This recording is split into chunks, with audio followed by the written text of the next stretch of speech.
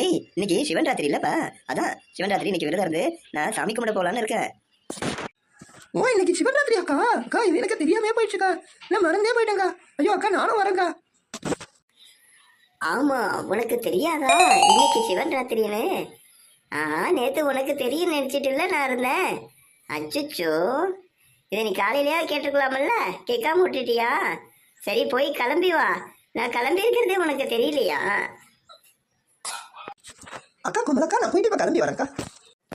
வாங்க, அப்படியே பொறுமையா நடந்து போகலாம். அக்கா குமலக்கா, மெதுவா நடங்கக்கா, என்னால நடக்க முடியல. மங்க முதல்ல புரிஞ்சுக்கோ, நல்லா நடக்கிறது உடம்புக்கு நல்லது. நல்ல ரத்த ஓட்டம்லாம் கிடைக்குமா? அக்கா சரிங்கக்கா. இப்போ நம்ம சிவன் கோயில் வந்தாச்சு. கோயில் பிரகாரத்தில் தான் நம்ம இருக்கிறோம்.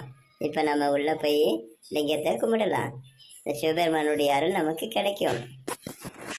அப்பா, நம்ம மாதம் வர சிவன் ராத்திரிக்கும் இந்த வருஷத்துக்கு ஒரு மகா சிவராத்திரிக்கும் என்னப்பா வித்தியாசம்? மாதம் நம்மளால் சிவன் ராத்திரிக்கு விரதம் இருந்து கடவுளை வேண்ட முடியாதவங்க இந்த ஒரு நாள் மகா சிவராத்திரி அன்னைக்கு நம்ம செஞ்சோம்னா மொத்த பலன்களையும் அந்த வருஷம் ஃபுல்லாக கிடைக்கக்கூடிய பலன்களே கிடைக்குமா. இதுதான் இந்த சிவன் ராத்திரியினுடைய பலன்களம்மா. நல்ல புத்தியும் நல்ல நேர்மையும் நல்ல எண்ணங்களையும் நல்ல சிந்தனைகளையும் வளர்க்க இந்த சிவன் ராத்திரி உங்களுக்கு உறுதுணையாக இருக்கும். மக்களோட மக்களாக ஜாதி மதம் பேதமின்றி எல்லோரும் ஒத்துமையாக வாழக்கூடிய ஒரு நாள் தான் இன்னைக்கு இந்த சிவன் ராத்திரி.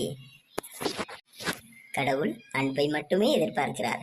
ஒருவர் அடித்து கொள்ளாமல், ஒருவர் சிரித்து நகைத்து கொள்ளாமல், மற்றவர்கள் கேலி பண்ணாமல் எல்லோரும் ஒத்துமையாக வாழ வேண்டும்.